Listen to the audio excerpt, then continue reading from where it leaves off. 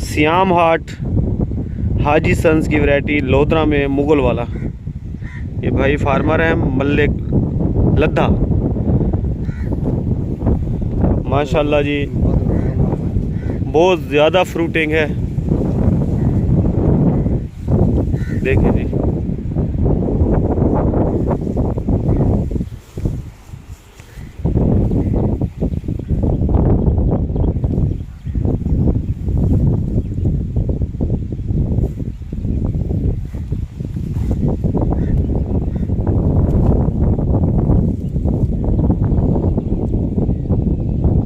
इसके दूसरे महीने में लगाई गई है लोधरा में। पहली पिकिंग हो चुकी है, ये देखें दूसरी पिकिंग का फ्रूट माशाल्लाह आ चुका है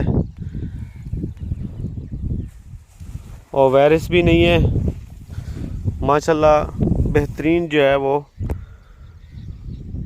फसल खड़ी है इस टाइम सियाम हाट हाजी सन्स की। ये पिकिंग देखें फार्मर कर चुका है, आपको लग रहा होगा कि जो डंडी है ना वो पौधे के ऊपर मौजूद है।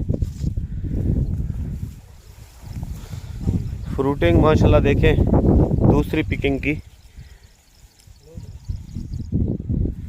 सियाम हाट।